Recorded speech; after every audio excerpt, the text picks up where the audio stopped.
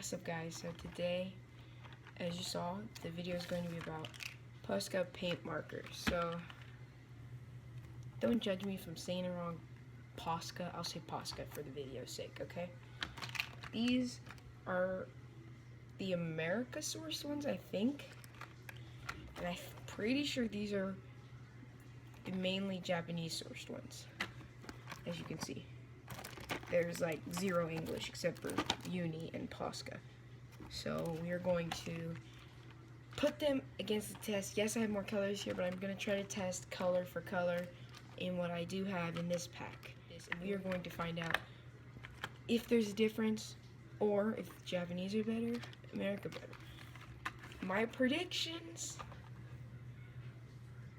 are based off most art supplies. The Japanese sourced ones are generally better.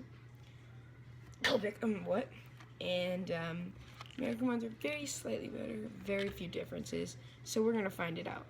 Let's get it.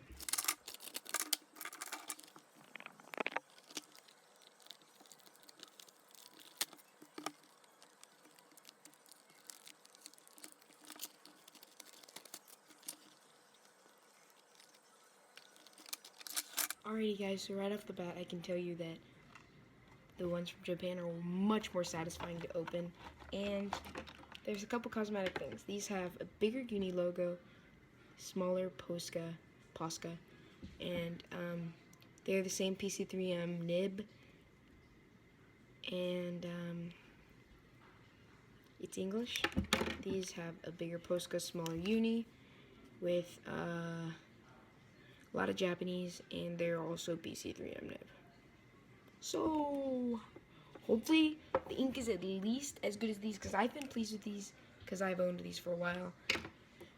But I'm honestly going to bank on the fact that they will be better. So let's find out. So when you open the lid of the ones from US, locally purchased, I have already obviously activated them, but we will compare the nib of the same marker once I activate it. So when you open it, it's white, obviously, and we're gonna activate it. So all I need is a piece of paper. Don't worry guys, it's not my Bristol. I'm not wasting good paper. And the pen, right? I'm gonna read the directions just in case they're different. Oh wait, it's Japanese. So you shake it.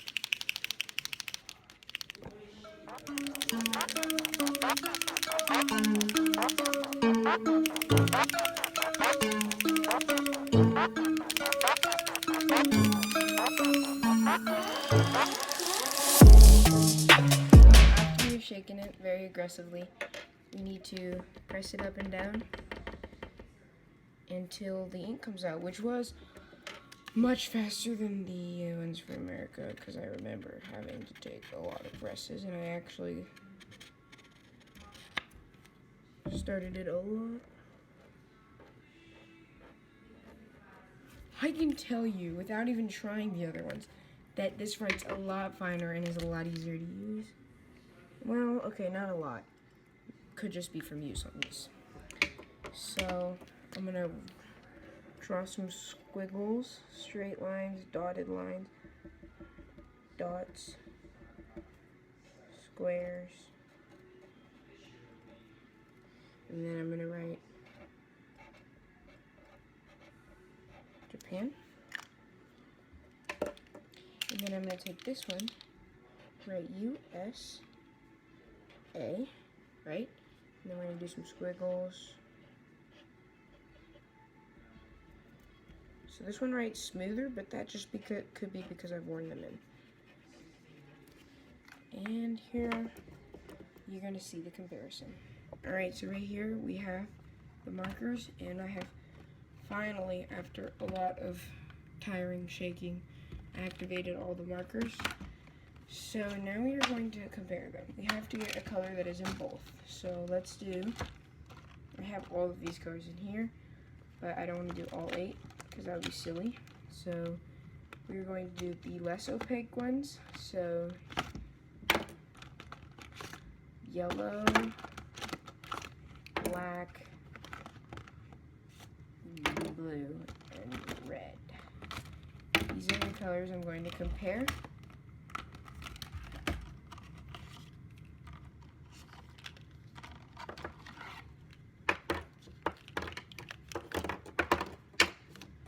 So, here they are.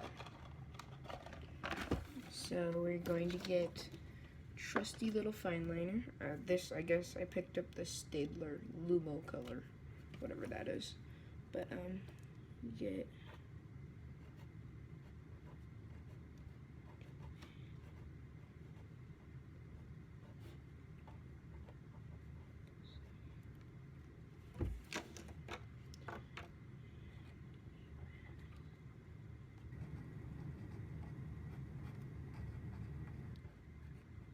there you go. So we have Japan on this side and US on this side. So first off, we are going to test black. So we're going to start with the US one. So we are going to draw squiggly lines,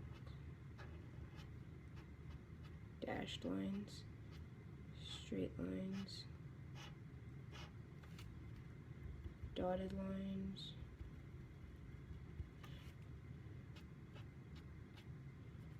an opaque square, an open square, circle, and then we're going to do precision. So we're going to put a big square and do squiggly lines that like line up. So as you can see, that one did not go super well the last test, but overall it wrote really smooth and the ink is very opaque, which we expect with black. So I can tell you right off the bat, this is much easier to control because the nib is not as squishy. Yeah, I mean, look at that, that's insane. Much easier to control. And a much finer tip. They are the same size tip though, so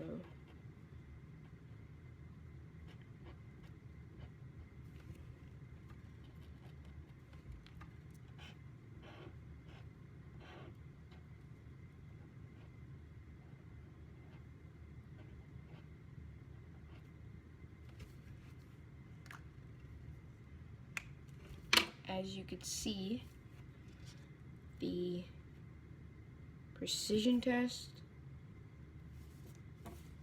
wasn't great on either, so that might have been user error. Dotted lines were very straight, or pretty straight on both, but easier to make more clear that they're dots with the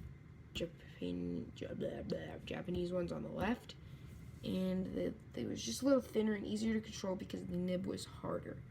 So that was just overall. So since I've said that in the first test, I will not say that for every test because that is obviously going to affect every test. But I will now focus more on the ink. So this is the US yellow.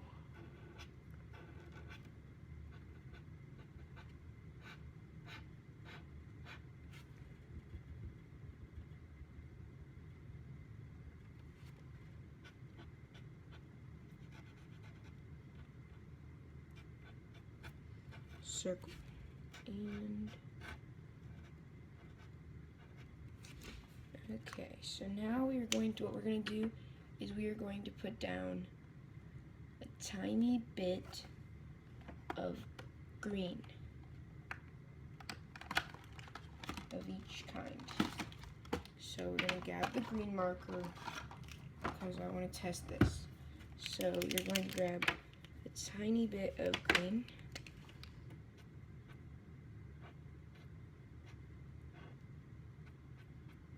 Like, I'm not even going to fill this in opaque, right? And then we're going to cover it with the yellow and see if it is opaque, even though it's over another color. And if not, how many coats it takes. Obviously, this is paper, so So it's a little bit different than if you're actually using it for customization, which is what I use it for. So these are definitely dry, so.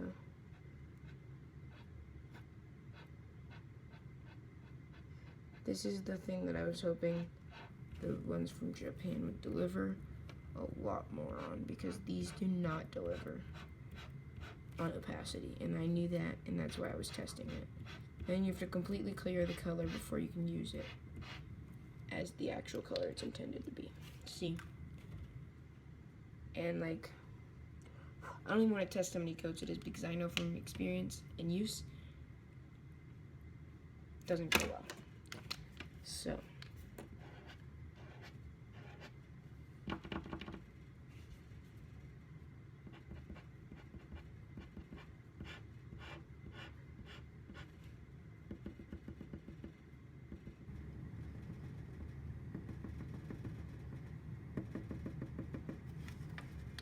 Just random dots, honestly, at this point.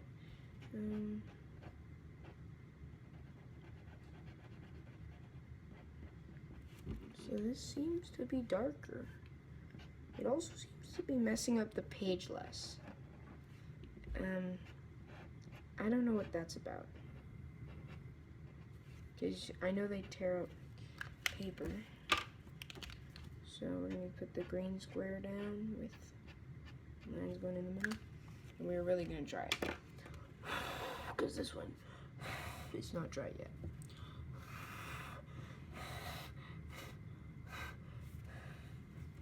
So I'm really hoping this is like moment of truth right here. If this can cover the green better than the US, that is sold. I don't need any other reason to know that these are better, because the opacity is a big problem with yellow, pink, and white in this set of markers.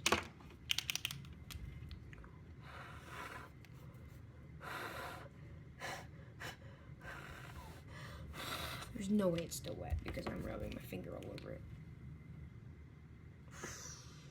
Oh man. It did not pick up the color near as much. So I might still be able to cover it.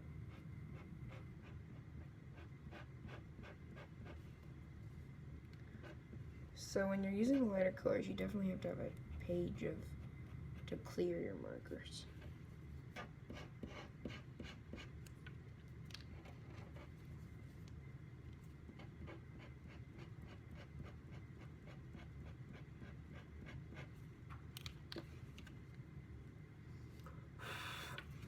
So as you can see, it was a little bit more yellow.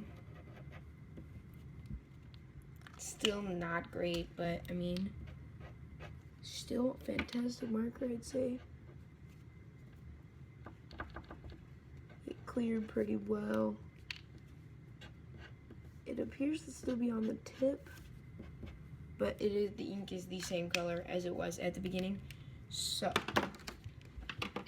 next on to more plain colors that shouldn't have any problem with opacity. This is all about how the ink does on just anything.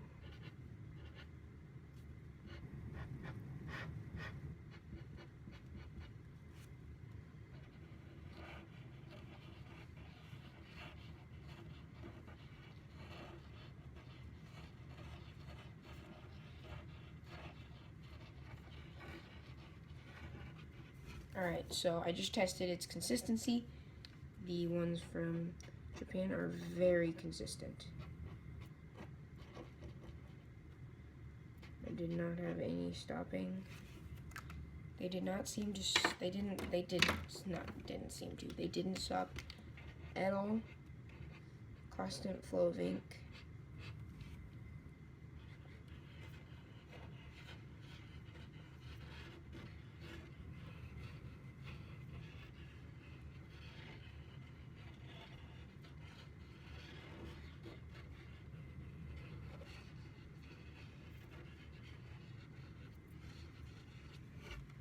Alright, the other ones also did fine.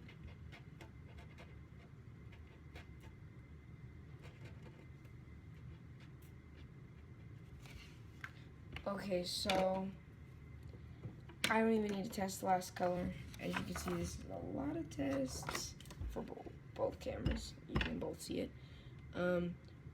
Here is the conclusion, which I will tell you if I'm still agree with myself after I've customized something. So the left Japanese nOOoooOOO Posca are easier to control than the right because they have a stiffer nib.